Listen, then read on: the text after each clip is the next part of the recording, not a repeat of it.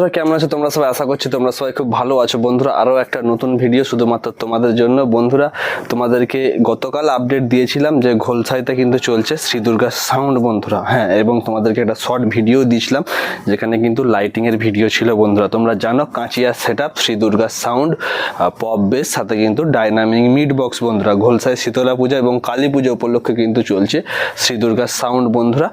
আর আজকেও কিন্তু চলবে, আজকে রবিবার, আজকেও কিন্তু সেট আপ চলবে বন্ধুরা। আর তার সাথে ছোট্ট করে একটা জিনিস অ্যাড করে রাখি, ঘোলসাইয়ের পাশের গ্রাম কুঠিঘাটেও আজকে কালী পুজো আছে, সেখানে কিন্তু দুখানা সেট আপ চলছে, এইচকে মিউজিক এবং দেবদীপ সাউন্ড বন্ধুরা।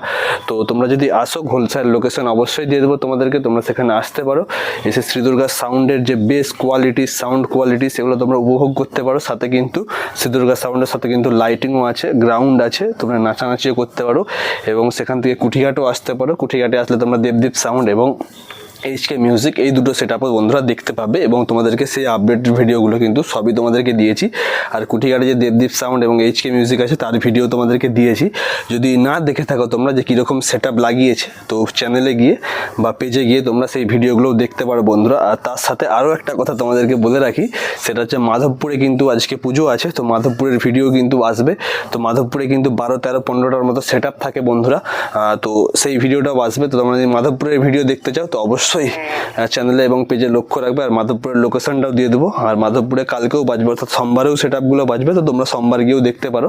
আর আজকে যদি রোববার বিকেলে চলে যাও তো তাহলে খুবই ভালো হবে। আমিও বিকেলের দিকে যাওয়ারই প্ল্যান আছে মাধবপুর, তো সেখানে গেলেও কিন্তু মাধবপুরের ভিডিওগুলো তোমাদের সামনে তুলে ধরবো।